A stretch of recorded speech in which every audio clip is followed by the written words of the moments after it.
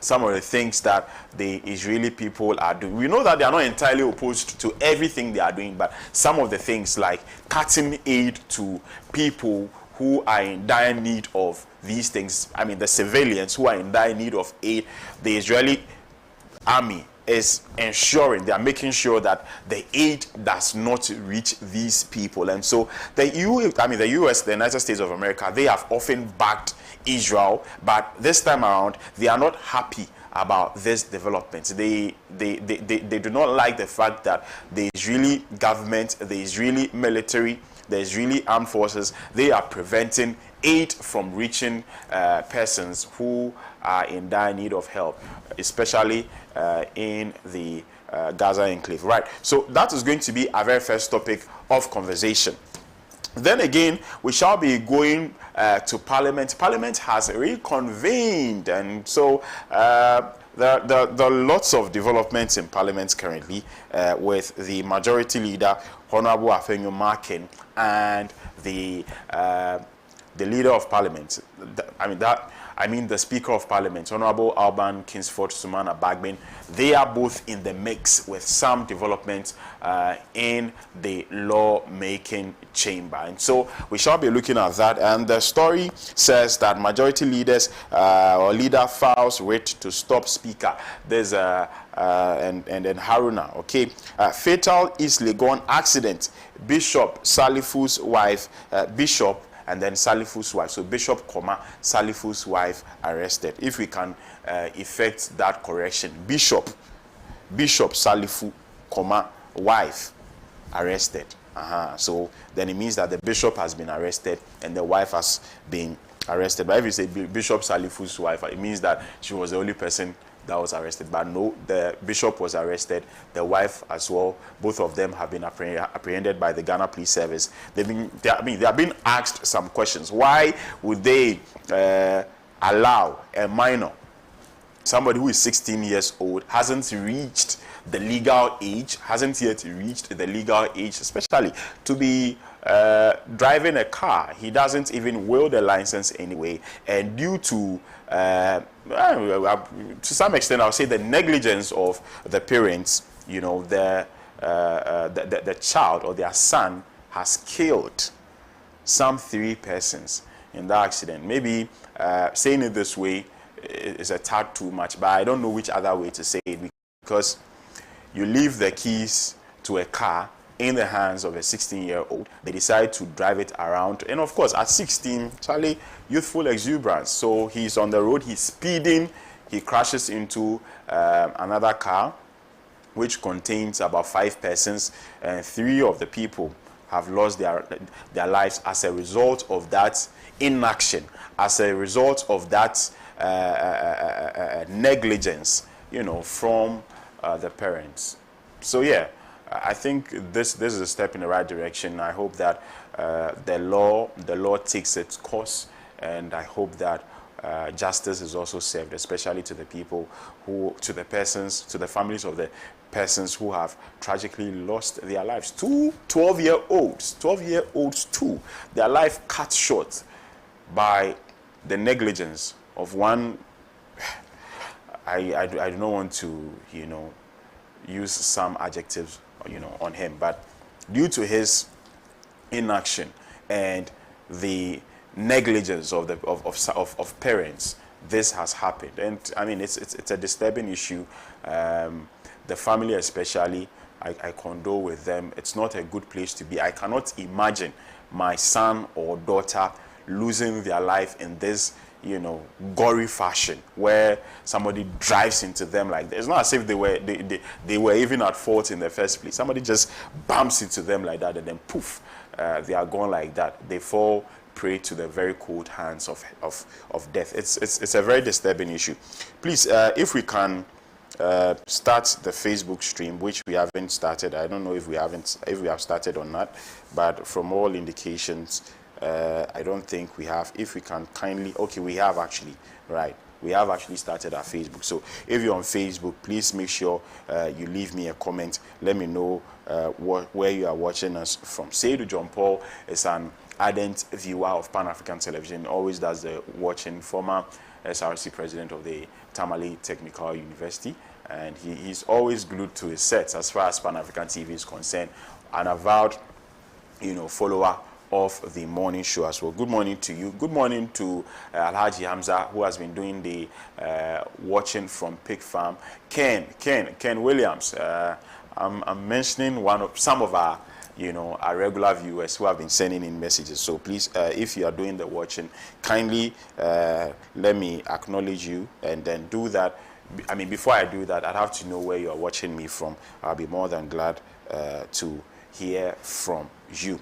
Then the final topic that we shall be looking at as far as today is concerned: silent majority to UTAG, NEC calls of strike in 3 days. I don't think that this story has been properly captured. So silent majority to UTAG, and then NEC, or silent majority to UTAG, NEC, call of strike in 3 days. Call of strike in 3 days. So that's supposed to be the entire story. And so, yep, I'm looking forward to hearing from you as far as these topics are concerned. I'm expecting Saka Salia of the New Patriotic Party, also Hamza Suhini of the National Democratic Congress, and Councillor Pia Dankwa of the Movement for Change. They'll be joining me shortly to discuss these issues. And so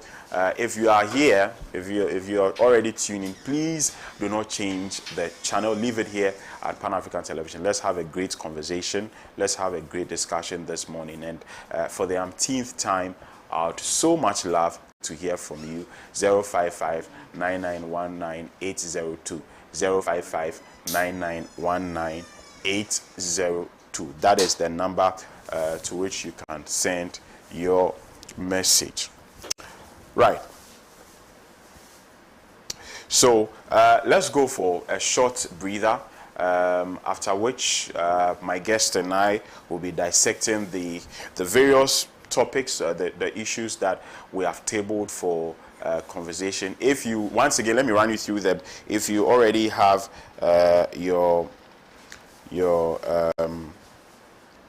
if you already have your personal submission on these topics, please kindly let me hear them. And let me run you through them again. U.S. threatens Israel with cutting military assistance over Gaza aid. U.S. Threatens Israel with cutting military assistance over Gaza aid. Majority leader files writ to stop Speaker and Haruna.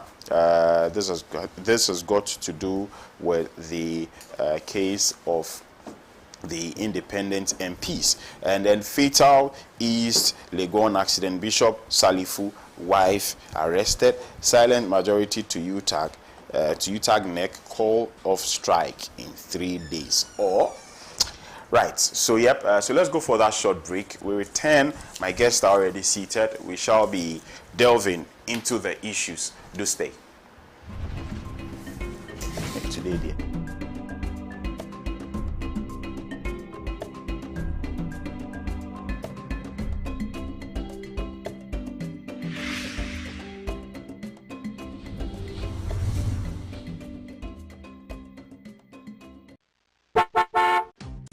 Fix My Ride Company Limited makes customers feel good and proud. Fix My Ride Company Limited has experts who fix accident cars, making them look like brand new cars. They provide services such as engine tuning, overhauling, bodywork, oven spraying, air conditioning service, upstream, electrical works, automatic gearbox repairs, maintenance, and all general car servicing. Fix My Ride Company Limited also has towing cars to tow cars from customers at no cost, as well as giving customers cars to use when their cars are involved in an accident. Thinking about fixing your old car or selling it? Just give us a call. Locate Fix My Ride Company Limited adjacent the Accra Academy School on the Odoko Police Quarters Highway, Atiko Junction, behind the Gulf Filling Station, Kadeshi Odoko Highway, in Accra. Call us on 0303 944 880 or 020-222-7660 or 0540-556020 or visit our website fixmyridegh.com. Fix My Ride. We own the finishing. Hey. Bama na niema wo de good trouble so dey nam wiam ye. Me niema 1212 na me se me twa apesika bi atoto mu. Ene se me tin o wia so a how much krobia mu sa me. I don't want to tomami.com ka. Eno so ni den. A free classified website a obi bia o pese wo ton bia say ye car, TV.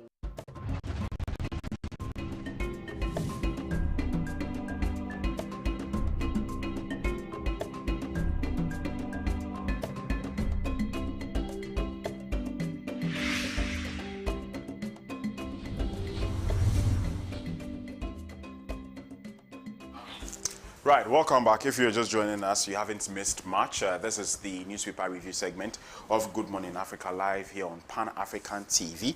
Before that break, I introduced to you the topics that we have tabled for this morning's conversation.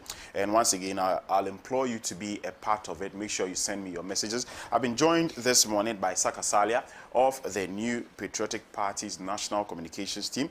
Saka, good morning. Good morning. I hope you're fine. I'm doing well. Great. Also, Hamza Sohini is a member of the National Democratic Congress's communications team. Hamza, good morning. Good morning, my I brother. trust you have been okay. Well, we survived it. Great. Also expecting Councillor Pierre Danko of the Movement for Change. He's expected to join us shortly. But we'll start the conversation. Very strange, I would say, and very interesting developments as far as the Israeli-Palestinian conflict is concerned. The U.S. threatens Israel with cutting military assistance over Gaza aid. Very interesting. The United States have written to Israel's government, giving it 30 days to urgently boost humanitarian aid access in Gaza or face having some U.S. military assistance cut off. The letter amounts to the strongest known written warning from the Biden administration to its ally, coming as Israel's attack on northern Gaza has seen mass forced displacements of civilians to the south. The letter sent 2 days ago was signed by U.S. Secretary of State Anthony Blinken and Defense Secretary Lloyd Austin. It says the U.S. has deep concerns about the deteriorating humanitarian situation. It adds that Israel last month denied or impeded nearly 90% of humanitarian movement between North and South Gaza. It stated that evacuation orders have forced 1.7 million people into a narrow coastal strip where they are at high risk of lethal contagion. The letter demands urgent and sustained actions by your government this month to reverse this trajectory. It says Israel must starting now and within 30 days act on a series of concrete measures to boost aid supplies, adding that failure may have implications for U.S. policy.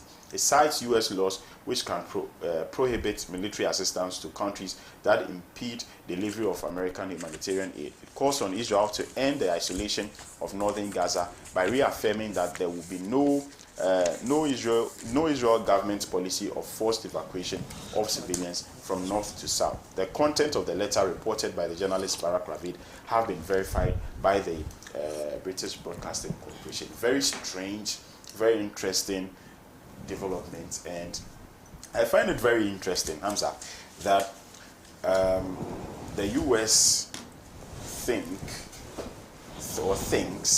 that they are so passionate about human lives, but they are the same people who appear to be empowering the Israeli military to embark on this offensive, to embark on this genocide that has seen scores of people. And the excuse is that their targets are what's the name of this group that according Hamas. Hamas.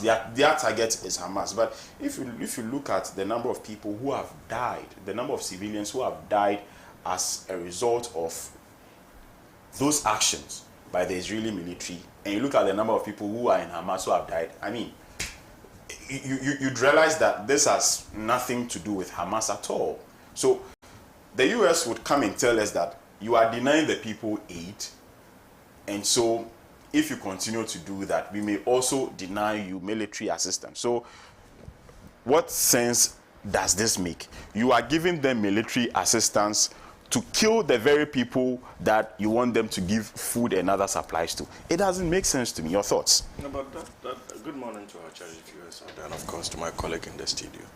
I think somewhere last week I had the opportunity of reviewing something similar with my colleagues who were on this panel. And my position is no different from what I'm going to state today. And it basically has to do with the foreign interest direction of the United States of America.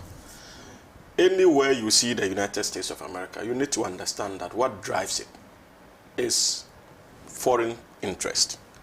And so it is therefore not surprising that they have that unholy alliance with Israel, largely because of the collective interest they both seek to benefit, as far as that relationship is concerned. Yeah. And for me, what they have started is not different. What they have stated is not different from what they have always canvassed for. Analyzing the U.S. policy direction, one is always left with the conclusion that they appear inconsistent. But to them, they know that they are not inconsistent. They know what they are doing. They are simply pursuing interest in one hand and using the other to play the humanitarian card to confuse many in the world, and most importantly, our international organizations. And that is what it's simply doing. It is not different from what it has done in the past, either in Afghanistan or even Libya. So what is happening now, as far as the Hamas-Israel conflict is concerned, is not different from what has happened in the past. And we need to appreciate that fact. In terms, because if you engage any U.S. official now, they are going to tell you that, look, in principle, they agree with Israel in terms of the war they are waging, but they are also mindful of the humanitarian aspect of it, and they do not want to lose sight of that fact, and that is the reason why they are trying to prompt Israel to apply brakes as far as the human excesses are concerned. But it is politics. It is not as if the United States is committed to this particular call. The United States, I do not see them withdrawing their support for Israel. It is something that the United States of America would find it very difficult to do.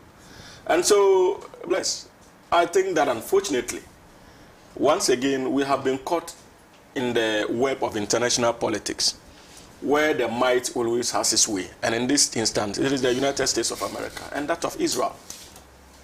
It is a power game. No matter how you see it, it is a power game. And there's absolutely nothing we can do as a bloc unless we come together. And if we are unable, especially as an African bloc, to come together to even help our own, what's the guarantee that we can even come together to help a country that is struggling in the Middle East? Today, as we speak, Israel is in Lebanon under the pretext of attacking Hamas sites. But we all know what they are doing. Even refugee camps are being attacked. And their excuse is that the rebels are found in the refugee camps. But everybody knows that that cannot be the case. And that they are using children and women as human shields. So if you get to understand that they are using children and women as human shield, is the only way out of the situation to bomb them together. Any responsible leader would be concerned about the children and women. But unfortunately, that seems not to be the case. They see them as part of the conflict. And though they come to communicate that, look, these are the challenges we are having, trust me, they are indiscriminate in terms of the firing of their missiles. They know what they are doing. They know the consequences that it will have on children and women in particular. But they are not in any way perturbed. For them, it is an interest war. And as far as that interest persists, they are not going to do anything about the situation. It's rather going to get worsened. And that my disappointment is also in the fact that the Middle East, they have not been able to rally around. I'm not saying that they should rally around to fight Israel, but at least with that momentum, with that force, with the power that they wield, even in international relations, they would have been able to compel a ceasefire. And to the extent that they are unwilling to do that, it's quite troubling. So we should not be seeing the havoc that is going on in Israel what's the name in Hamas, against Hamas, has only been perpetuated by the likes of Israel and the United States of America. The fact that most of the Middle East countries, including Saudi Arabia and the likes, the fact that they have taken a backstage means a tacit endorsement of the killing of women and children on their part, because they have what it takes to work together to compel a ceasefire. And to the extent that they are not doing it, they themselves are complicit in the massacre that is going on in the Middle East. So it is not just about the United States of America that is supplying the weapons. No. Even the inaction of the Arabian bloc, the inaction amongst the Middle East nations, also contributes to the massacre. So we have to look at it holistically and understand that it is a failure of leadership, not just in the United States of America, but to a very large extent, a failure of leadership even in the Middle East region. And that is what I have to say on this issue. Unfortunately, it's a very painful topic to comment on. Right. Let me say a good morning to Councillor Piadankwa of the Movement for Change. Council, good morning. Good morning, bless.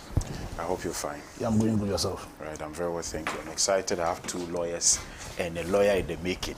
So two lawyers and then a lawyer, one senior lawyer, one new lawyer called to the Ghanaian bar. He's already part of the English bar, but and then Saka, who also has high hopes of being called to the bar someday, very, very soon. Saka, let me hear your thoughts on this issue. Yeah, thank you very much, Bless. Let me use this opportunity to congratulate my brother Hamza for being called to the Ghanaian bar. Thank you. I hope he will do a very good job. You know, evidence of the kind of things that I know him of. I mean, he's very articulate, very intelligent. And we just hope that he will succeed in the Ghanaian jurisdiction. Amen. Yeah. Let me also not forget our flag bearer, Alhaji Mahmoud Baumia, and all the things that he's doing. I think that by now, it would have been clear to everybody, including the Doubting Thomases, that he is poised to take over as the next president. So to that effect, I will say good morning to him and the president, Nana Addo Dankwa Akufo-Addo, for ensuring that the grounds are good for him. I mean, if the president had failed, I don't think that Baumia would have had anything to cling on to even campaign. But because of the successful story of the president, it's inured to the benefit of Dr. Mahmoud Baumia, who is also leveraging on that, and with his digitalization drive and all the good things that he is promising the good people of Ghana. I am hopeful that come December, he will be elected president of Ghana. The Gaza situation, I think this is a I don't know, but it's like this is the longest war ever. This is the longest ever war being fought. And why am I saying so? I mean, this is a open knowledge to everybody. And there seem to be no end in sight. There has been a never-ending cycle of recrimination between parties. And there's one particular person in the middle, and that is the United States of America. Let it be clear to everybody that Gaza, the land, is owned by the Palestinians. The Israelis are just a pathetic what do we call it? Lord. They lauded themselves on the Palestinians. And the Palestinians, by the fact that they have accepted that Israel should be a state, the pathetic state itself is saying that I will not allow others to have that recognition. They won't recognize the state of Palestine, so that they will exist Israel, they will exist Palestine. so that both states can run side by side and be happy together. Israel still have doubts because they believe that they are being surrounded by the Middle East countries, and that their security is not guaranteed. So because of that, they want to take a stronghold of the security themselves, despite the cry over the years.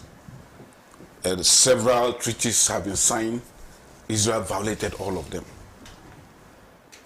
All because the United States of America has always been behind them. Without America, I don't think there's Israel. Israel would never do some of this impunity that they do without America, because they believe there's a big brother behind them. And therefore, they do any and everything. Look at what happened in the aftermath of the 7th October incident. In the defense against Hamas, they went to the extent of almost exterminating the whole of Gaza. They called them animals. They did not even understand why they should exist. Go to hospital, maim, kill everybody.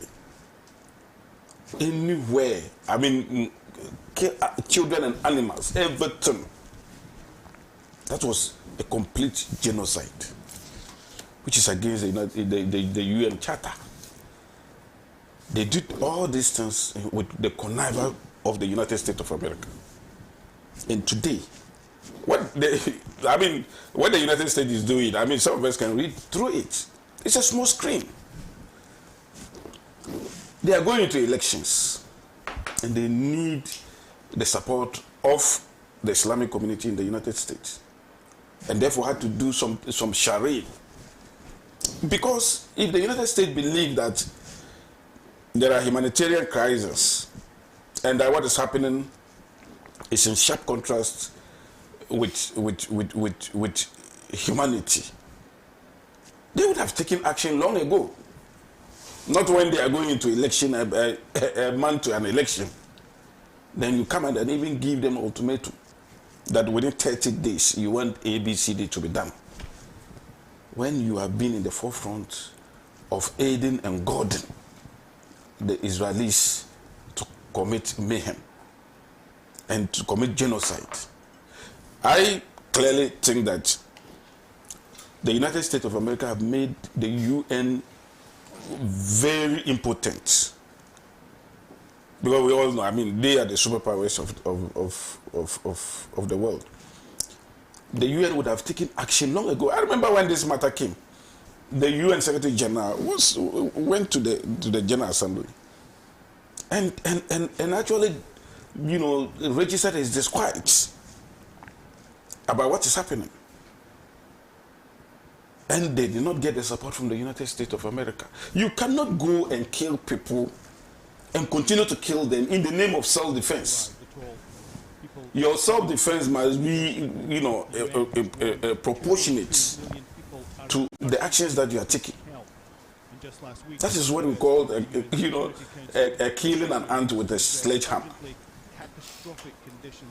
And all these years and all these months, the United States of America has never asked Israel to be, you know, sensible in the way that they are killing people, destroying and bringing Gaza to as a rubble.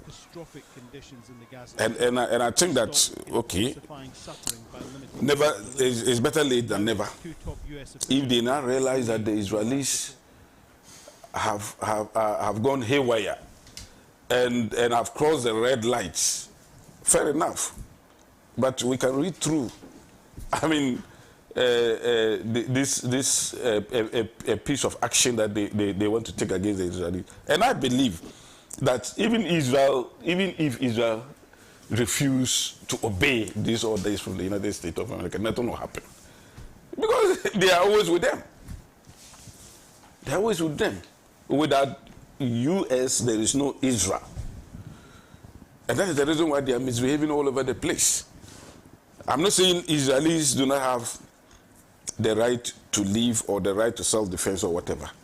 But we know that the current war that they are waging with the Palestinians are the victims.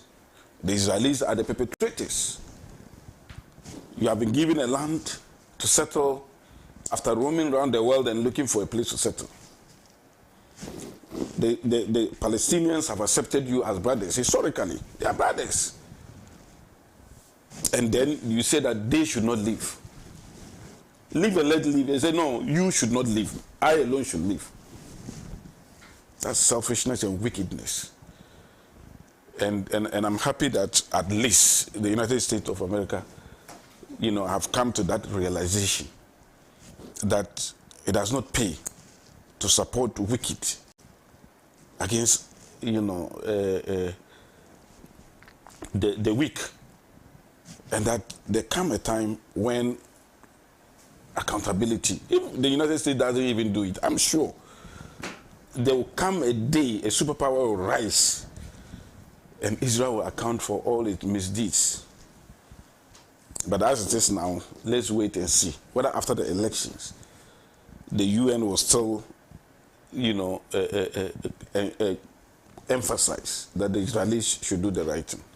Thank you very much. Thank you very much, Saka Salia. I received a number of messages already. Let me try and do a few before I come to Councillor Pierre Adankwa of the Movement for Change. This one here says, my name is Kojo Ibrahim, watching you live from Tamale, Sagdanregu constituency. Thank you so much for your time this morning. Good morning, Pan-African TV. I'm watching you live from Medina Welfare. I'm Deborah Ababil. Good morning, Deborah. Thank you so much for tuning in. Emmanuel Martin Oredo Brempon from Kwehutafo is also doing the watching and says that the MPP government has done better and deserves to continue governance in Ghana. Today, Dr. Baumia will launch the e-health to assist Ghanaians to purchase drugs online using their national health insurance cards. All right, thank you so much for tuning in. This one here says, good morning. Ekufado cannot fight Galamsey because Galamsey has become the most lucrative social intervention for party officials to raise funds for the NPP. Indeed, Galamsey is now part of the 24-hour economy, operating 24/7 under the cover of darkness by the help of ministers and party officials. Okay, Ken Williams is an ardent viewer of the show. Thank you so much for always tuning in. DJ O'Malley says JDM and NDC should stop disturbing like their first time finding their way into power. JDM and NDC are the cause of our problems in Ghana. In fact, they have nothing to offer we Ghanaians. Regards to Samia Wuku and Honorable Evan Sopoku Bubie. All right, thank you so much, DJ O'Malley, for your message and thanks for tuning in. Let me do some more. Musa Batwa says MPP MPs are undermining constitutional integrity by allowing their members to hold dual positions in Parliament, which violates the constitution and the principles of good governance. Musa Batwa, thank you.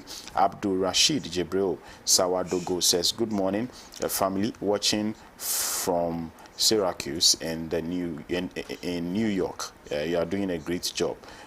Thank you. Seidu John Paul says, good morning, my boss bless. I'm watching you live. Thank you, Seidu John Paul. On that note, I now come to Councillor Pierre Dankwa, who would also share his opinion with us on the developments in, as far as the Israeli-Palestinian conflict is concerned. A big player in that conflict, the United States of America, whom we all know have been backing Israel, especially in terms of armory. They are saying that they are going to withdraw if the Israeli government does not ensure that aid reaches the people in need, especially those in the Gaza Strip. So let me take the opportunity to wish you a good morning. Wish your lovely viewers a good morning. Use this opportunity to congratulate my own brother Soini on this remarkable feat.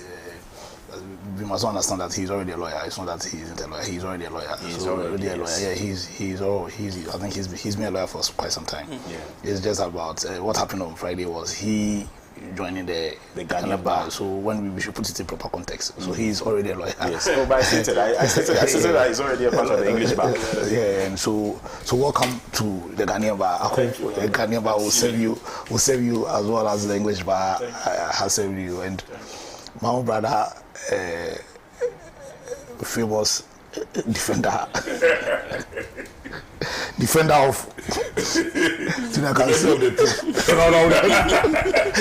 the defense channel. Ronaldo has performed very well. Oh yeah, of course. Which Baumia would be. Yeah, on the business exactly. So they say opinions are like noses. So usually I don't like taking people on their opinions. So, but like I say, I like his resilience, and tenacity. It's something that must be respected. And except to say that I wish that resilience and tenacity was to advance the cause of Ghana, not the cause of his political, not the cause of his political party. Anyway, this Israel-Palestine issue is one that I always find very difficult to discuss. Yeah, it's one of my least favorite topics to.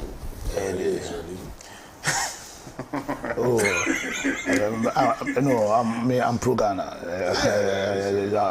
I'm pro Ghana, and I also believe that principles must always be respected. And I've always believed in a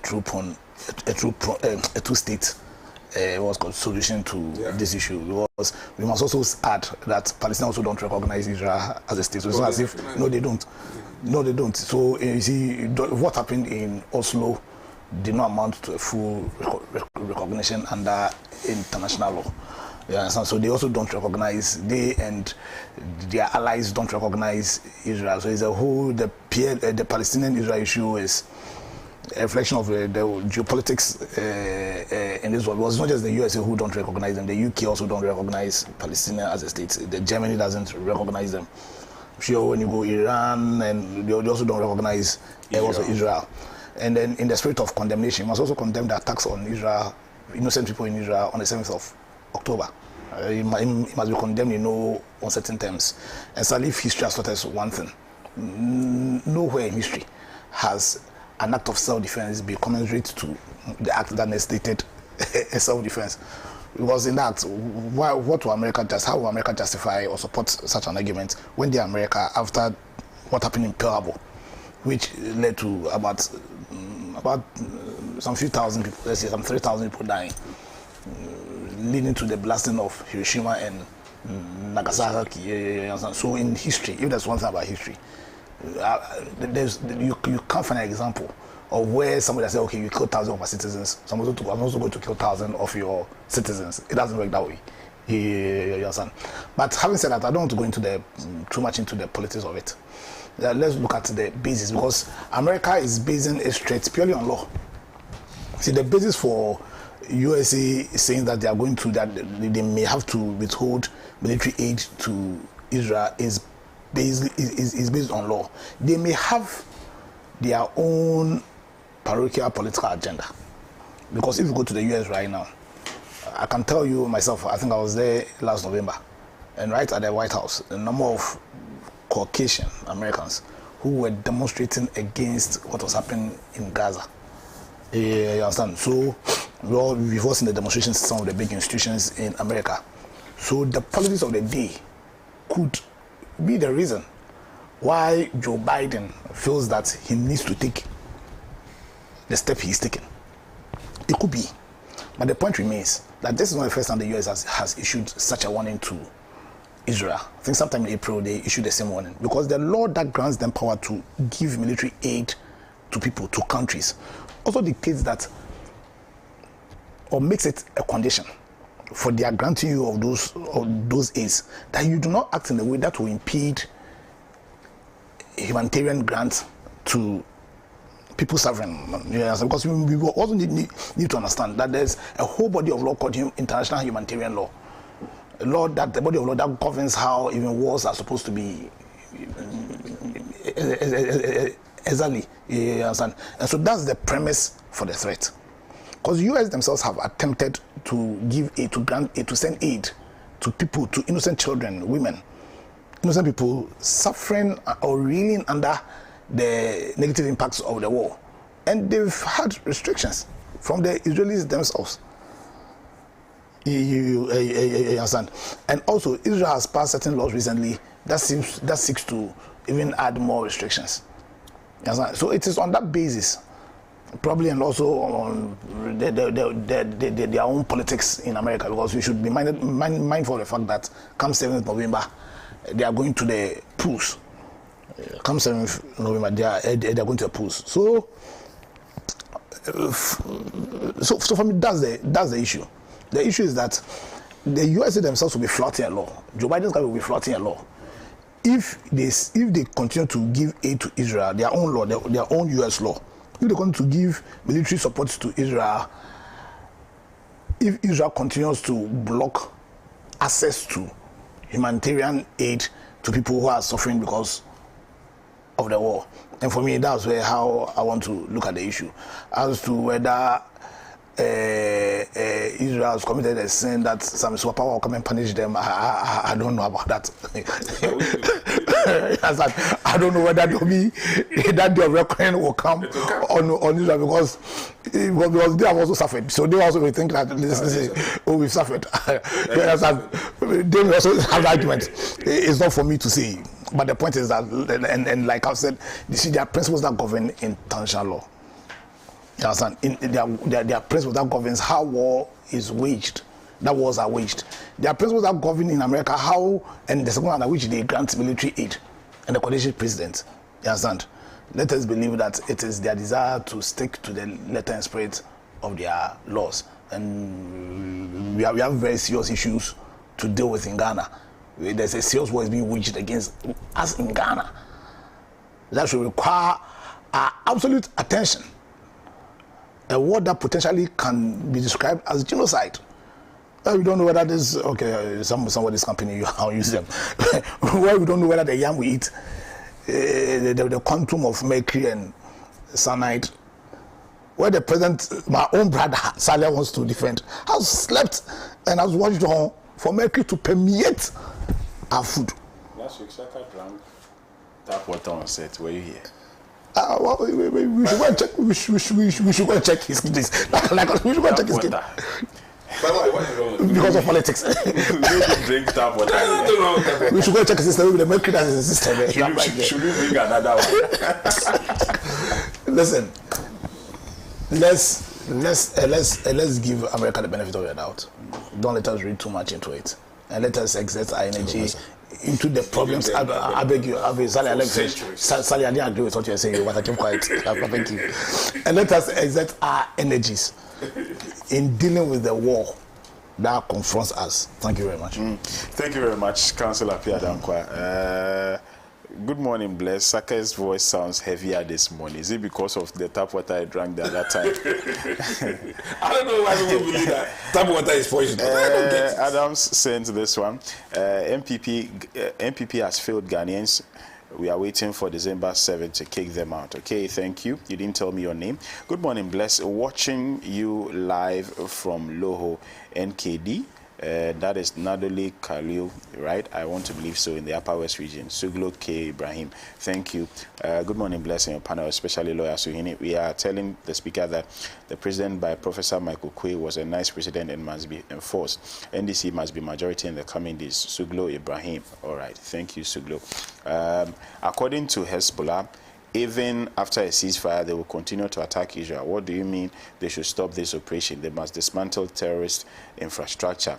Good morning. We stopped the criticism against. We stopped the criticisms after 9/11. America invaded Afghanistan and killed people. No one spoke against it because of self-defense. If they stop this war, Hamas will be emboldened to continue such massacres. Okay. Thank you for your message. Good morning, host. I just joined your discussion, and I want to tell my younger brother Sakasalia that if he wants to know the history about Israel, he should read the Bible. This is not Bible matter. my name is Ganda Pala. Good morning, Pan-African TV. Watching live from Wa. Say good morning to Saka Salia for me. So Saka Ganda Pala good morning, Ganda Pala. says good morning to you. Good morning, blessed. I think I've done this one. Okay. I'm Kojo Ibrahim. Again, tell Tamale Youth Governor Lawyer Hamza that we are with him. Hey, Lawyer Hamza, I didn't know you are the youth governor of. I didn't know you are the youth governor of Tamale. He's governing the youth over there. Bless. The bombardment will continue whether aid is allowed into Gaza or not.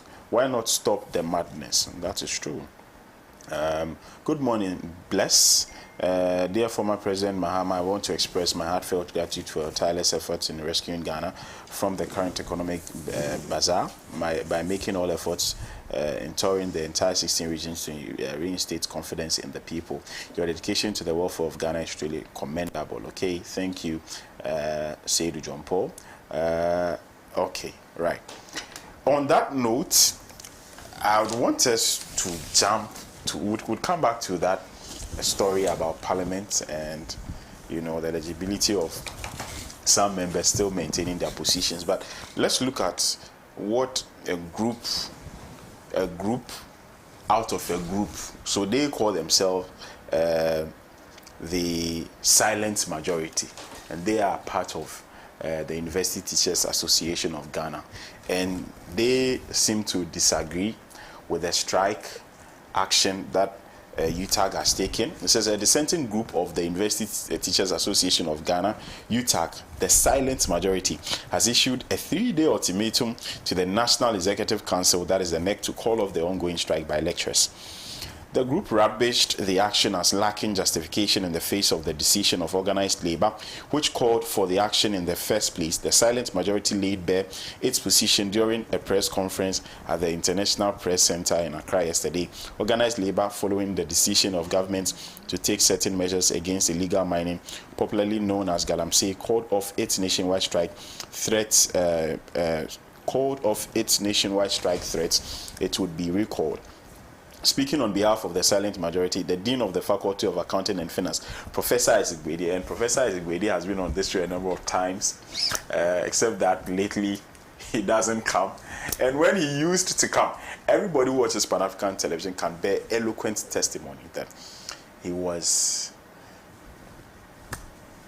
spokesperson for neutral. Wait. Why have you been on the show with him before? No, but I'm telling you that he says he's neutral.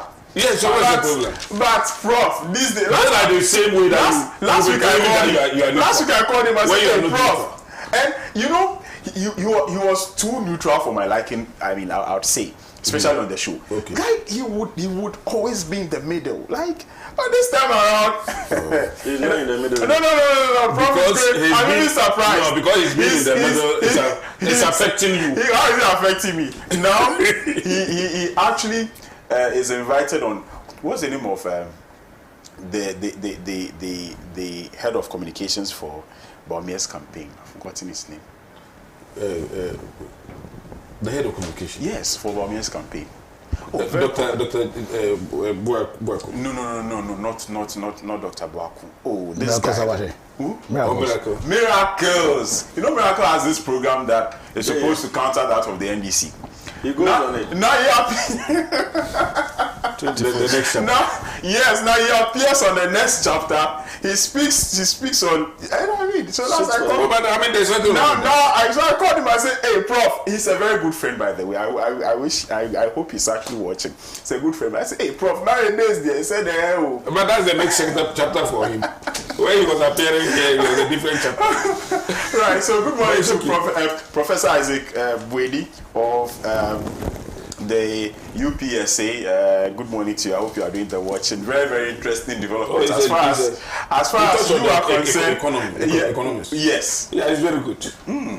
He knows the economy of Ghana so well. I see. That he should remain neutral, the way you are talking about. Right.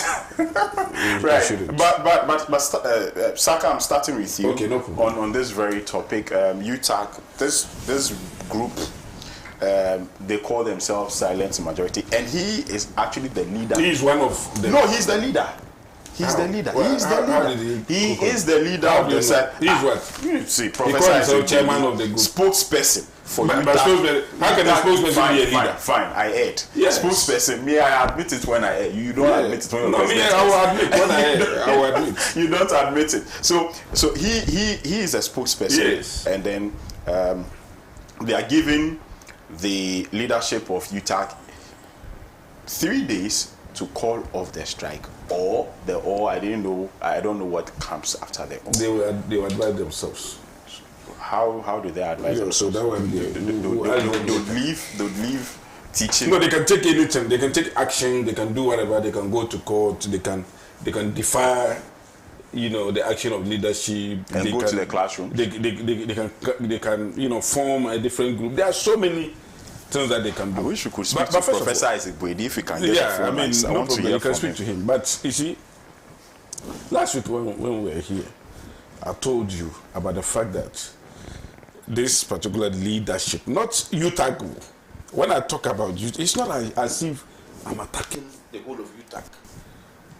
The leadership, like Professor Jampo and Co, parading and inciting, teachers against government, and they've seen the Galamsey team as, Charlie, this is the proper handle to hold in order to attack government. If not, what they are doing doesn't make sense to anybody. Any neutral person, what they are doing doesn't make sense. Even the organized labor themselves, they threatened, and at long last, they came to the conclusion that the president is doing the right things. The president has decided to, present a bill to Parliament to outlaw or to repeal the LI 2462. That enabled, a small-scale miners to go into forest reserve. So they are happy with it. They are happy that the president is protecting the water bodies. The president is taking steps to ensure that we regain, the devastation that has been caused through this. And they are also aware of the fact that we are in the dying embers of, going to an election, and therefore anything that they do might lead to the opposition's favor, who do not deserve it, because they are even more culpable when it comes to, the devastation effect of Galamsey and all that. Organized labor took that decision. We've seen the Catholic people, they did prayer walk or something like that, and they presented a petition to the president. They also understood the fact that they just want to bring to the attention of the government that, Galamsey is killing us and all that, and that it is not only, the work was not only meant for the government but meant for everybody, especially those who are the perpetrators, those who are doing the devastation, that they should at least have humanity at heart and then stop doing what they are doing. That was one of the reasons. So almost invariably, all those that have given their misgiving have come to the conclusion that at least the government is doing something. But we have our UTAG brothers who think that, Charlie, let's help John Dramani Mahama by making the government look unpopular. And you see Jampo and Co jump onto the scene and are doing all manner of things. Professor, I'm happy that the silent majority have woken up. Because these few negligible people, in terms of numbers, cannot take everybody to ransom. And what they are doing is not only affecting government, it's not only affecting productivity, it's also affecting the students. Because whatever UTAG does affects the students. Students pay money to go into tertiary schools to get education. Then one or two people, because of their parochial interests, will take them for ransom and then they will go and spend, a wasteful days in school and all that. For me, I am all in support of what the silent majority is doing. They should call on those detractors who are calling themselves UTAG leaders. I'm not even sure it's the whole of UTAG. I'm not sure. I'm sure it's a section of the leadership of UTAG. Those that we know are anti-government, are the people pressing this distraction button. Because look, I mean, my brother is here. Anytime he's talking about Galamsey, I see the passion with which he talks about it. And I can feel that he loves Ghana. But I haven't seen him take a draconian decision or obnoxious one to the extent that, oh, I won't go to work, I won't do ABCD, just because some group of people are flouting the law. I haven't seen anybody say that, oh, there has been an armed robbery in a certain village, and because of that, I will not work. I won't, the place that I teach students, I won't work again because somebody went and then committed armed robbery. Or somebody says that, oh, yesterday I saw some people doing prostitution, and because of that, I will not go to school to teach children. I mean, it doesn't make sense.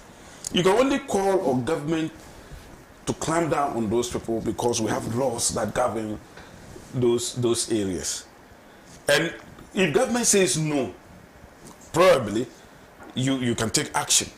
But this is a situation where government is doing something about solving the problem. Then you still go ahead to press home certain, unattainable demands. Some of the demands that they are is not reasonable. Like what? I mean, what do they want government to do? They want a total ban on small-scale mining. How can you say that? Do you know that small-scale mining? Let me tell you something. Why can't they say that? These are the very people who are making noise. Oh, the economy is not working. The economy is... Look, small-scale mining. I'm not talking of Galamsey. Nobody should, because Galamsey, as it is illegal. That one. But to say small-scale mining, something that contributed last year, for instance, 2023, the small-scale mining contributed 8.14% of our GDP. The argument also is that I'm coming. The argument also is that look, there's a thin line between small-scale mining and Galamsey, and people have said that most of the havoc that is done to our environment is caused by this so-called small-scale miners who, under the guise of having the license to mine, go beyond their periphery to do Galamsey. And because they have the license, we say they are doing small-scale mining. But in excess, what they are doing is Galamsey. And just because they have the license to do small-scale mining does not exempt them from Galamsey. No, you see, you remember in 2018, we put a moratorium on small-scale mining. And from that time, we studied the trend. Galamsey is not only done by small-scale miners. The people who engage in Galamsey are not, in a disguise of, doing small-scale miners. There are people, they are not even miners at all. They just come from somewhere and start mining. Indeed, there are large-scale miners who also flout the law. And sometimes the devastating effect is even more than small-scale mining. So the small-scale mining, regime has, after everything was said and done, we decided to, streamline it and ensure that people who engage in small-scale do comply with the law and all those things. But we've realized that some people, they might be small-scale miners, they might be whoever, go into forest reserve, which is legal anyway. That is the reason why we are outlawing it. And some people go into rivers and mine. The Water Commission doesn't permit any mining activity within the water body, like 100 meters from the water body. But we've seen people even go into the water itself and mine. And because you have not been, look, we have arrested some of them. Some of them are not small-scale miners. So why would anybody just get up from his sleep and say, go and ban small-scale mining? When small-scale mining contributes last year 8.4% of our GDP. In 2022, they contributed 7.7% of our GDP. And indeed, 1 million people have direct employment through small-scale mining. And out of the 1 million people, each person is actually contributing like is helping 3 people. We are talking about 4 million people have direct benefit from small-scale mining. And all of a sudden, because you want somebody to have some political advantage, you come and say that, hey, stop small-scale miners from mining. Nobody is going to stop any small-scale miner from mining. What we are going to do in terms of the Galamsey is that we are going to police the water body. We are going to ensure that people who are found doing any mining within the water body is going to be prosecuted. How long is this going to take? Pardon? How long is this going to take? Oh, but I mean, it has started in NS. We have deployed people. Yes. They are arresting people and they are going to be there for so 2 weeks. They are going to be there forever, as long as the government remain in power. And whether anybody likes it or not, we will not allow illegality to foster. But we are just saying that we won't sit down and allow some small group of people, within the fold of UTAG to take the government to ransom. And especially when what they are preferring as, they are preferring, doesn't make sense to say that we should stop the livelihood of about 4 million people. I mean, for no work, for no harm done. When people commit armed robbery, once again, let me use the armed robbery. Do we say that, because it has been done? For instance, let me say, radio stations. We've seen people use incendiary language, people use all manner of, violent language and, against what the National Media Commission standard is. Do we say, because this radio stations and that radio station is so bad in their media reportage, we should close all other radio stations? No. We target the bad one, the bad nuts, and remove them. Right. And punish them. Right. That is exactly what we are doing with the money sector. Right. Thank you, Saka Salia. This one here says, good morning. The so-called silent majority does not exist. They forged signatures of non-UTAG members. Okay, thank you. Good morning, Pan-African TV. Tell Saka Salia, yes, Galamsey is done by all Ghanaians. Yes, Galamsey does not affect the lives of many Ghanaians. It's only closure of universities that affect people. You should stop this inhumane thoughts because of politics. If this is the thoughts for being politics, I prefer not to exist.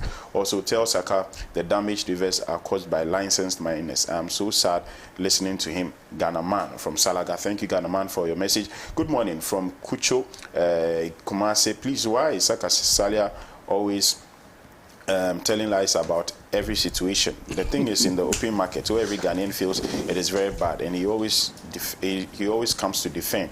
We are Ghanaians. We are not from any other country. Thank you. Thank you for your message. This one here also says, my name is Alhaji Hamza from Pig Farm. Alhaji Hamza is one of our ardent viewers. Good morning.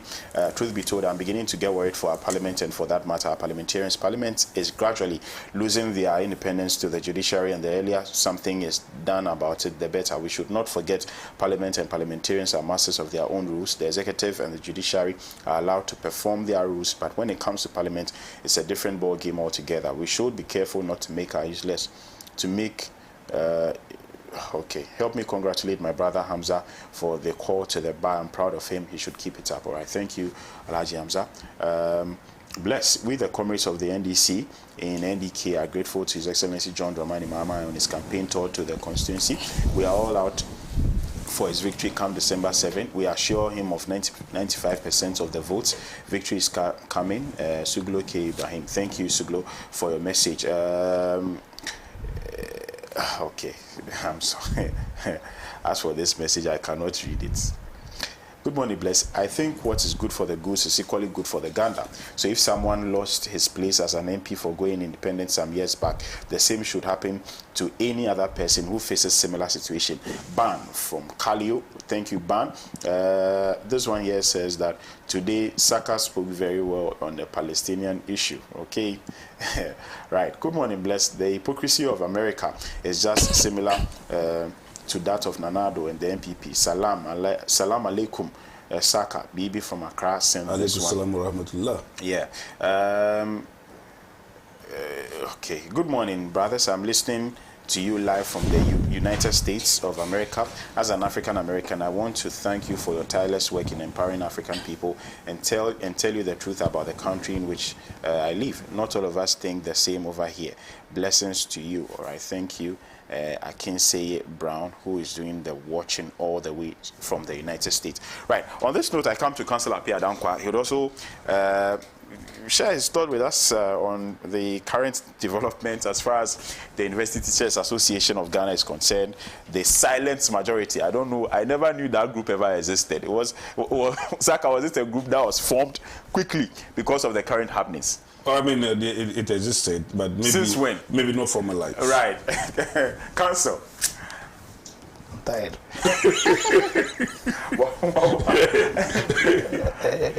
It's sad what happened last week. I wouldn't say I was too surprised, but it was sad. It was Ghana has become like a country without anybody defending, without a defense. So it's like those of us who call ourselves Ghanaians, all we do is just to plunder the nation. When critical issues arise, which really puts the whole country at risk, because we will keep on saying that this is an existential threat. The absolute lack of commitment, I think I'm being charitable if I say the lack of commitment, but people see it as an opportunity to make something for themselves. So it's like we are plundering a nation more or less. But in that sad state, what Prof. Jampo did, his position, his courage, his act of patriotism in the midst of everybody else sticking out the knife and piercing the back of poor old Ghana, it gives some of us a slight hope that this battle to save the soul of our country won't be lost, no matter how hard certain elements in the current government, certain members of the New Patriotic Party are doing, to choose their party over their country. So there's hope, and there's hope, and that hope must for want of a better word, ginger us in this battle to save Ghana. I understand that it's going to be a battle of attrition. It's going to be a very long battle, but it's a battle that we shall surely win, no matter what, because we really don't have a choice. We don't have a choice, and as in, they'll come after people who want to fight for Ghana. As in Prof. Jampo, what is happening to Prof. Jampo happened to Prof. Frimpong Boateng.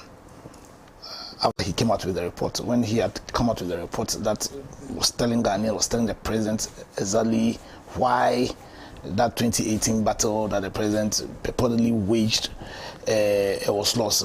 Probably what Prof. Frimpong Boateng didn't understand or couldn't anticipate was the fact that the president himself was part of the reason why the battle was lost. Sadia, why do you want to trespass on my phone? I don't have phone. I just want the time. 9:26. You spoke for like 20 minutes. Your phone is what? Fell down. So and your government is in power. You can't help it. Today, when I was coming. Proceed, Council. yeah. So when Prof. Frimpong Boateng wrote that report that essentially was telling the president why the battle against Ghana was being lost, what Prof. Frimpong Boateng probably didn't anticipate was the fact that the president himself was central to the reasons why that battle was being lost and can never be won. You understand? And it's for some of us the same reason why we doubt everything the president is saying, as in the charade that is happening right now. Because you see, if you understand the seriousness of what is at stake when it comes to the utilization of our natural resources, and what can befall all of us, what can befall every single Ghanaian if we exploit our natural resources in a manner that impacts the environment, especially because of the chemicals that we use in extracting the metal, extracting the gold. So you talk about the mercury, cyanide, lead, arsenic, what it can do to us, Salia, what it can do to us. Because the very nature of these metals are such that when they enter into living organisms, they don't live.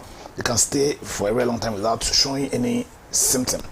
And because they have the potential of altering the DNA, also, we understand the dangers that climatic change can do to all of us.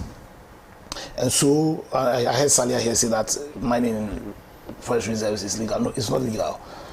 It's not legal. In 2018, a certain LI was passed that allowed it under certain circumstances, and a new one was passed that was going to grant members of the New Patriotic Party, in fact, the KMA boss and my own mate Jan, the right to enter a mine until 2053. Yeah, because there's a reason why it is forest reserve. There's a reason why of all the forests that bit is reserved, and so I'm sad that and I usually don't like criticizing people when they are not around to defend themselves. As in my own brother, Prof. Because criticize the president. Yes. Because the president. Okay, so you've been with Prof on the panel. Yeah, on the issue. Yeah. In fact, I've met him also on Happy FM. And you can also attest to the fact that he was very. That one I won't go there, because you see, there's a game being played in Ghana. Mm-hmm. So there's a game being played. So they have the mainstream politicians. They have their surrogates in academia. They have their surrogates in the churches. They have their surrogates in what's called media. You understand? And which I'm not biased. You see, and they all do it. You see, they all do it. When I say they all do it, all the political parties do it. Yeah. But like I'm saying, that's what I mean by Ghana is being plundered. Ghana is being plundered.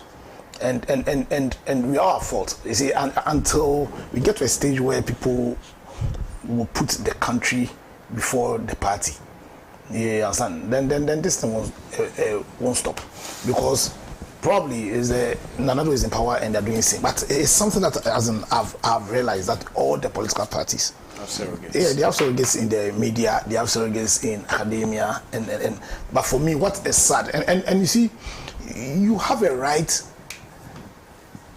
to take sides. There's no issue, as in, I don't believe that in the politics that we do, anybody is neutral. We all have sides. Mind the side that you take. And I know, in my view, should you put the side you've chosen before your country? And for some of us, that's what frustrates us. The fact that people who you think ought to know better consistently will choose their parties or their sides ahead of their country. Even Prof. Jampo isn't neutral. Except to say that Prof. Jampo consistently, where whatever side he is placed against the government, against Ghana, he always chooses Ghana. And that's why I'm saying that we should salute him. You can be in your NDC, you can be in your MPP, you can be in whichever political party. You understand? You can. So for me and for those of us who support Alan Chemantin, we support Alan Chemantin because of Ghana. You understand? We support Alan Chemantin because of Ghana. So when you support whichever side you support, and that side you are supporting is acting in a manner which is adverse to the country, in my view, you shouldn't choose that side over your country. And that is what the current New Patriotic Party, that's what they are doing. And they feel that it is their duty, their obligation to defend a president who slept on his job. Salia, he slept on his job. who slept on his job. And for me, this battle was not going to be won, as in the strike, insofar as it did not include a call to impeach the president. Yeah, because you cannot really deal with this issue without also accounting for what brought us to where we are at the moment. Because we are where we are because the person we gave a job to, the person we created a trust into, the person who took an oath to be faithful to Ghana, slept on his job. And so, whichever action strike you claim you are undertaking, that strike will lose focus if it does not call for the ultimate accountability from that person. I don't know if I'm, because then somebody who's demonstrated a fantastic ability to do something, to represent something throughout his political life. He's a master of doing something to represent something. And you are going on a strike, and what you are demanding for is that he repeals an LI when they are just 2 months. Yes, you repeal it, but the harm has already been caused. Because that battle can never be won if the senior members of his party who are involved in Galamsey, if he does not have the courage to call them to prosecute them. Then so this, we are chasing chamfines on the Brain River. It's all doing something to represent something. You get a picture. Absolutely no commitment. Absolutely no commitment. And then they'll use their divide and rule tactics to ensure that they break the front of organized labor. So what happened last week? What happened, the repercussions of what happened last week, for me, presents Ghana as a defenseless woman. Very vulnerable woman.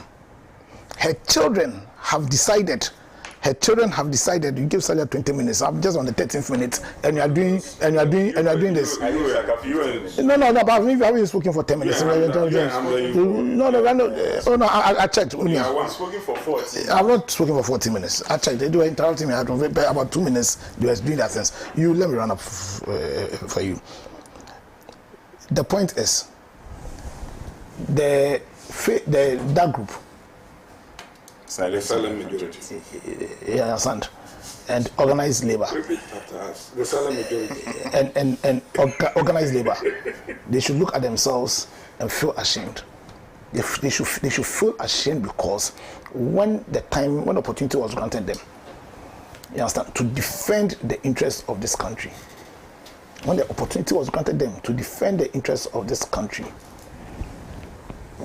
they said Ghana can go to hell.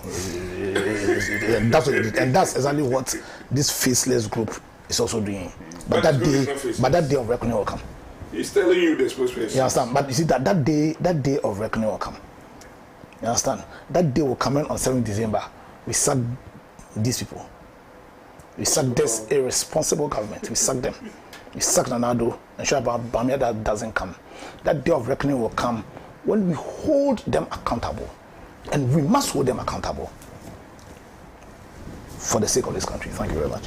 Thank you very much, Council. Hamza. I think, bless, you see, under the leadership of His Excellency John Dramani Mahama, in the midst of all the challenges he encountered, and of course, in the face of unmatched investments as far as the Fourth Republic is concerned, be it in the road infrastructure sector, our airports in terms of the building of terminals and renovation of existing ones, community day high schools in hitherto communities that didn't have access to senior high schools, over 125 of such community day senior high schools, in the face of massive infrastructure developments in our health sector, from the UG Medical Center to the likes of even the Ridge Health Facility that was commissioned under his tenure as president. Name them. Massive investments in our energy sector that led to even what we call excess capacity for exports, that these guys, as a result of their incompetence, couldn't manage effectively, and started crying on the charges associated with it. And a host of other investments. His administration was never spared of protests and strike actions, despite the massive monumental investments he drove and led. And we did not, at any point in time, brand such agitations or strike actions as being sponsored by the New Patriotic Party. You remember that even at a point in time in this country, workers were asked to wear red in their offices, called the Red Friday. You remember? Spearheaded by the media and some elements of the New Patriotic Party. But His Excellency John Dramani Mahama, being a Democrat, responded as though they were citizens of Ghana who needed engagement, and he engaged them. We did not lose sight of the fact that irrespective of your political party, you are a citizen of Ghana. And that is the leadership that is missing in our country today. And I am therefore not surprised that my brother and colleague will sit on this table and attempt to insult responsible men who still hold dear the prospects of this nation as simply being stooges of the National Democratic Congress. In this same country, we all witness how acidic the criticisms of Professor Jamfo was against the National Democratic Congress when President Mahama was in power. Indeed, there were people who said that he was a card-bearing member of the New Patriotic Party, largely because of the acidic nature of his criticisms against the NDC and John Dramani Mahama. But we entertain him. But under this leadership, when even journalists go ahead to do journalistic works to expose corruption in this administration, it is the journalists that the system goes after. That is why you had the likes of Manasseh Azuri-Awuni absconding from this country largely because of the works they did. That is why you had the likes of the late Ahmed Swale, whose death and murder will continue to be a blot on the conscience of Nana Addo Dankwa Akufo-Addo and the New Patriot Party. Murdered in cold blood, largely because of his expose as far as corrupt practices are concerned. So that is the kind of government we are dealing with. And that is the kind of communicators we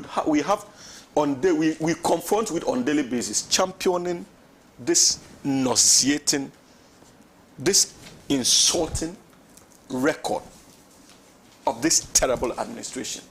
And I think for once, they should put the cameras on my brother here. So that it will remain with you. No, they should I want them to put it on you. The cameras See, will remain with it is important because you see, Ghanaians must see you. Ghanaians must see your face and see the kind of person you are and how you have no respect for the entity called Ghana, an obsession for a mere political party that eventually will give way and this country will still survive. You sit on this chair, in that chair, and say with confidence that Nana Addo has done well under this current dispensation. Which sphere of our economic life, which sphere of our social life, which sphere of our cultural life has Nana Addo done well? The rate of inflation he inherited, is it the same rate of inflation we are dealing with today? The public debts of our country, is it the same quantum that we are dealing with today? The rate of unemployment, he inherited about 8.4%. Is it the same rate of unemployment we are battling with or better? Today we are dealing with about 14.8% unemployment rate in the country. So show me one aspect of our life that this reckless, incompetent, and clueless leader, with the support of his aide, Dr. Mahmoud Bawumia, where they have done well. Show me one example where they have done well, as compared to the previous governments. Not just that of John Dramani Mahama. I'm coming. Write it down. After that, you can demonstrate to us where he has done so. He has done well. Okay, very good. A very terrible record. It cannot be compared to any other under the Fourth Republic. In fact, even since independence. And you sit in this studio with your chest out and lie with such arrogance. Come on, my brother. Again, as for characters like, what is his name? Professor Isaac Wa. You see, these are manifestations. That's not an insult. He's a character. You say characters, yeah.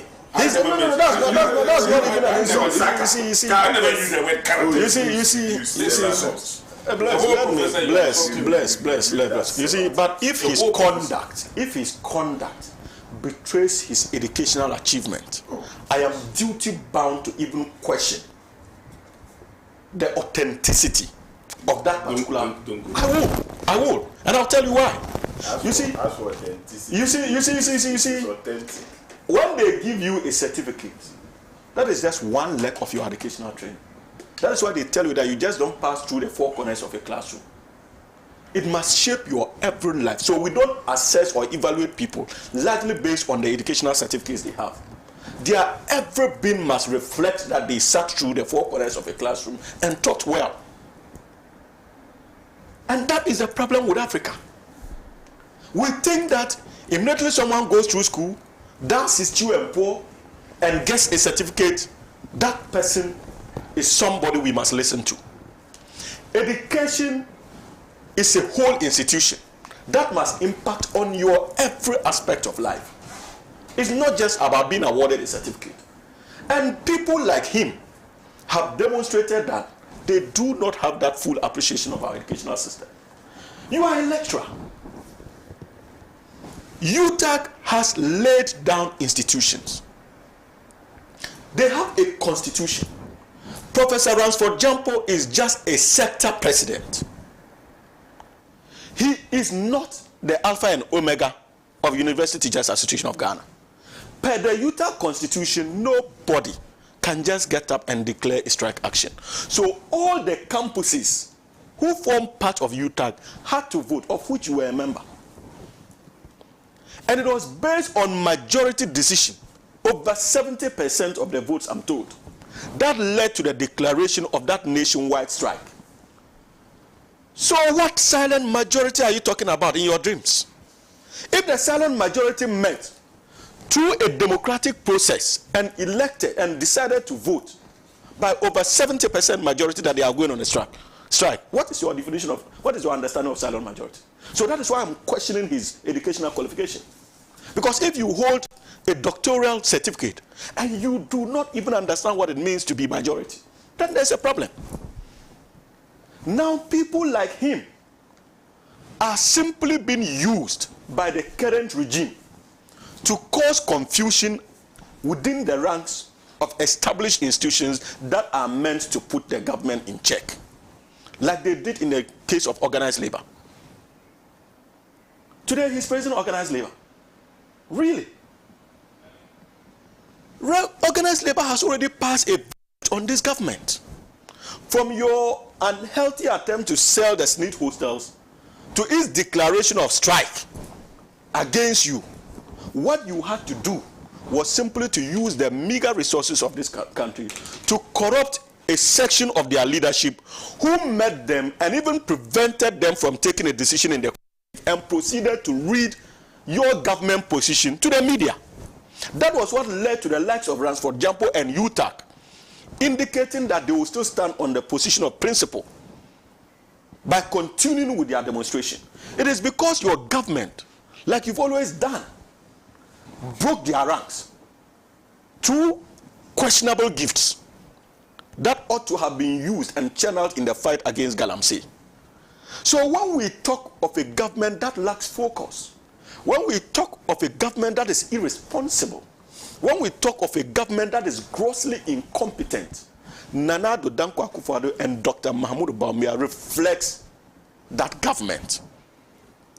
Their conduct is a manifestation of everything that is wrong with our republic.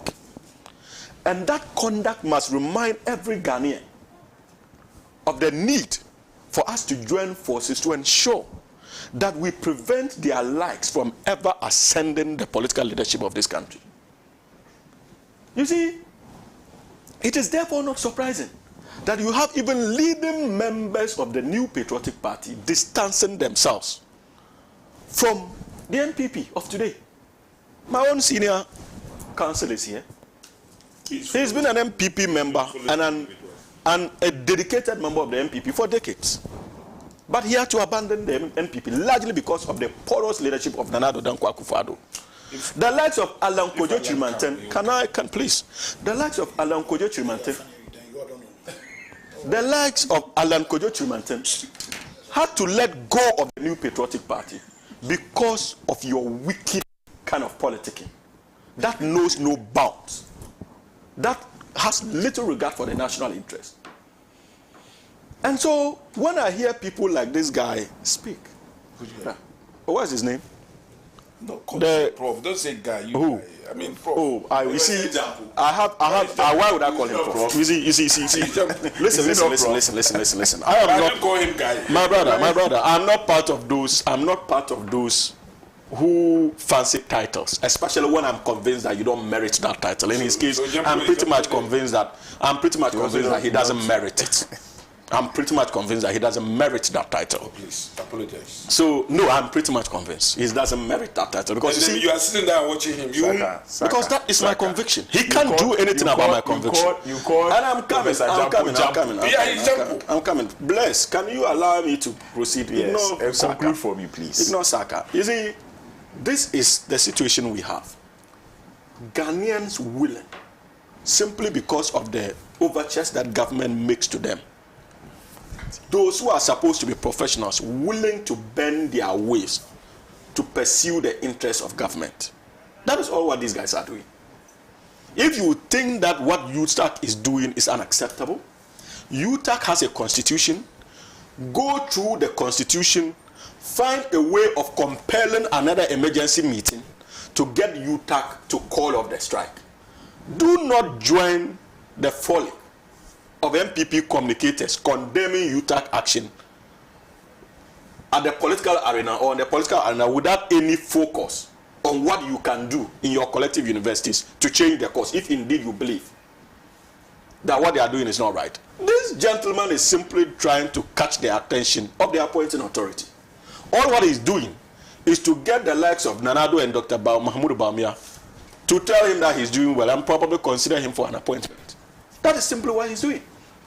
And my brother, you see, the beautiful thing about what Professor Jampo and UTAG they have done is that it gives some of us hope. And it's a reminder that irrespective of how this country goes low, we will still have people who would be more than willing to fight for the entity called Ghana, not National Democratic Congress or NPP or that of Afro-Franto movement. No, but the entity called Ghana. And people like Ransford Jampo should be commended highly. For what? For such stance. Because they have demonstrated that they value the interests of this country than any other entity. But you see, I would proceed to even call on them. I agree. I want them to call the strike off and get the students to come to campus and declare a nationwide strike along with the students and public demonstrations in all our universities to halt the government from continuing with that level of recklessness as far as our environment is concerned. So they should let the students come to campus and be part of the struggle. Senior Council, UTAG must get them to campus. They are their lecturers. They should enter the lecture halls, show the record of this useless, reckless, incompetent government to the students, and charge the students to take up the leadership of this country by manifesting their anger against this government and lead their students, because they are supposed to lead the students, and lead the students to launch what I would call one of the most successful and massive demonstrations ever under the Fourth Republic, with university students across the length and breadth of this country. So they should call the students back to campus, and the students can be effective partners as far as this fight is concerned. But as for the likes of Dr. Mahmoud Bawumia, you know, I've always made the point that they have been missing. His voice has been missing in the whole Galamsey issue. And it is not just in the case of Galamsey. Of course, his voice. Dr. Mahmoud Bawumia's voice is always missing when we are discussing topical national issues. This is a gentleman who told us that he was going to represent the Holy Quran and Muslims at the Flagstaff House. When we were having discussions in this country about Muslim women and students being denied access to the wearing of veil on their various campuses, he was dead quiet, silent. That is Dr. Mahmoud Bawumia for you. Today, We are talking about a canker that threatens the survival of our state and its citizens. Galamsey, he's that quiet. And you made mention that, oh, why should they ban small-scale mining? Largely because of its economic impact. Goodness God, what kind of logic is this? So because an activity that threatens the survival of the state contributes monumentally in terms of resources to it, we should allow it. Do you have an idea of the amount of resources cocaine can bring to this country? So why are we not interested in making cocaine legal and exporting cocaine? So what kind of logic is that? I am therefore not surprised that it is these same people who argue that if the president accents to the Human Rights and Family Values Bill, it will prevent us from getting funds. What is that? What is human rights and family values? Oh, the gay bill, anti-gay bill. Human rights and family values. So what is it called? What is it called? Tell That is them. not it. So what is it called? There's nothing human rights. So can you imagine? But that is the law. Please But you see, yeah. these are the same people who say that if you sign the Human Rights and Family Values Bill, you are going to prevent us from getting money. So their preoccupation has always been on money. And this is not money they are even going to use for the development of the country. This is money we will find under their beds.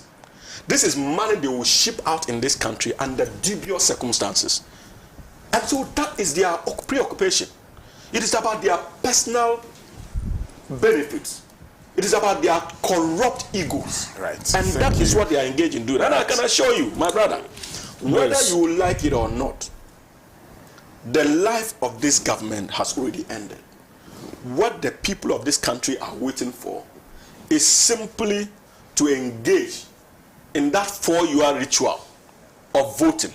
But as far as we know, and as far as research shows, the life of this incompetent, wicked, reckless administration has already ended.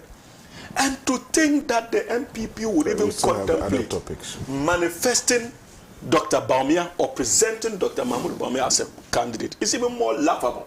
And I can assure you that the good people of this country will once again speak. And this time round, there will be no opportunity for the NPP to ever attempt to come back to power. Thank you very much, Hamza Suhini. Parliament have their standing orders. Parliament have their standing orders, and doing their work there is not. Okay, right. The message is not so clear. I'm sorry, I can't continue to read it. Good morning, Bless. What is wrong with Saka? He's a disappointment to secular education. They should listen to what he says. From Uju in Dansuman. Okay, Uju, Saka has heard you. Bless, I can assure you that okay, all right. I can assure you that Tsunami will be picking MPP and its members out of Ghana soon, which Saka is aware. Ejaya Odichem so Minsha South. Okay, thank you, Ejaya, for your message, though I didn't understand it entirely. Good morning. Sometimes when you hear an NDC member speaking,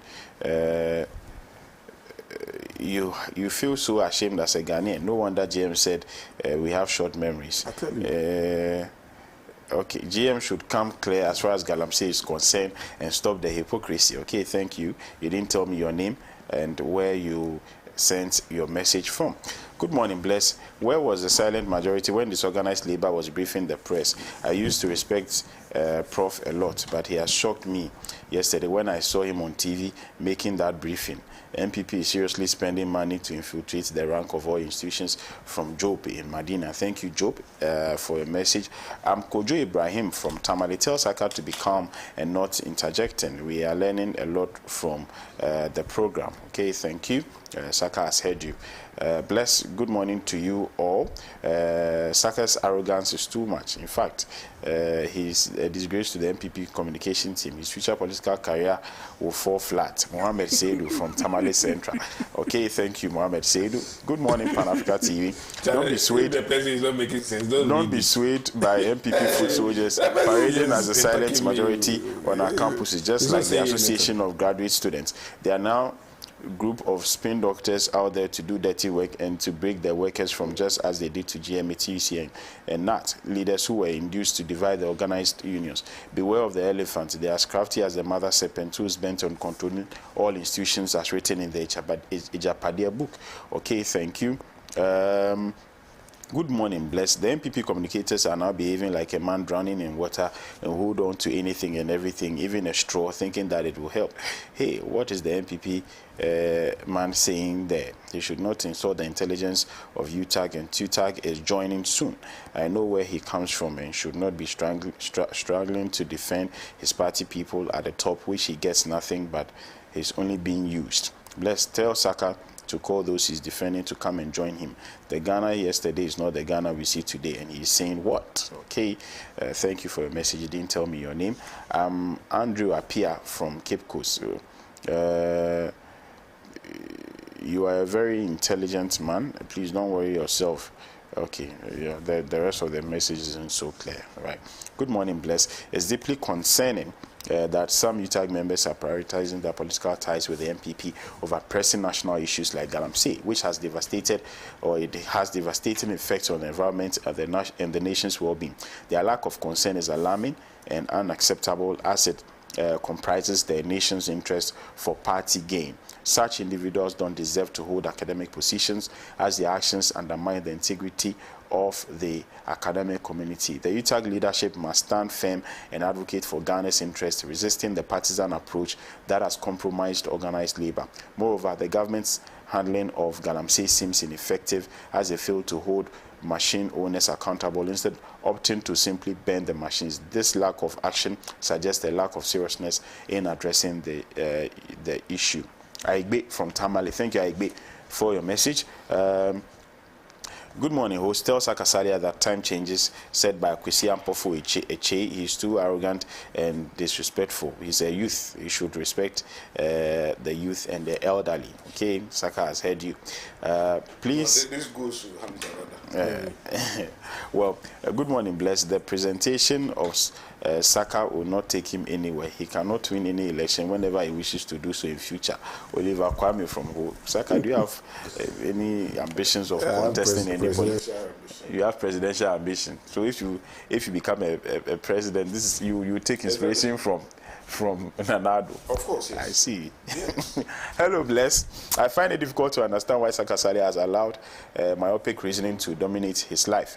He endorses everything the MPP does. Sorry for him. Okay. It says, good morning, bless.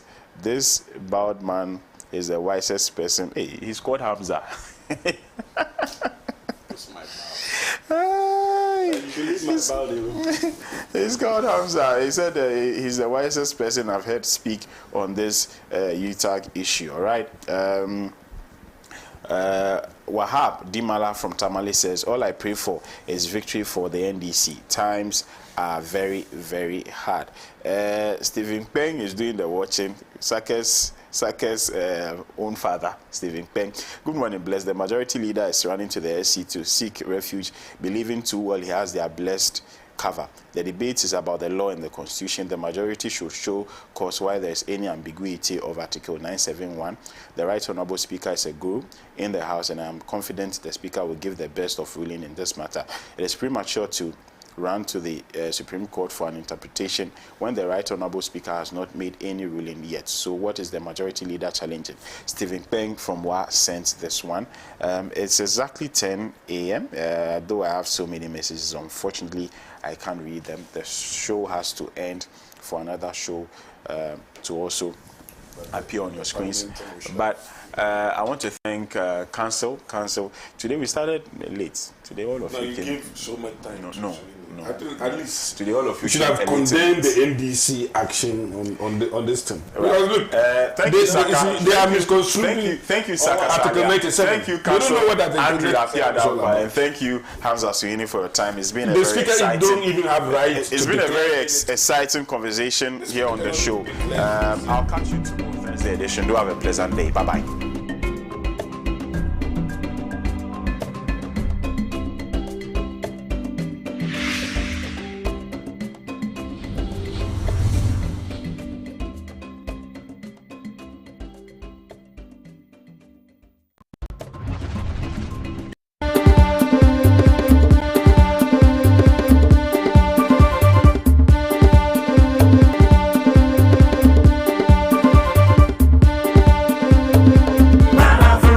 truly African.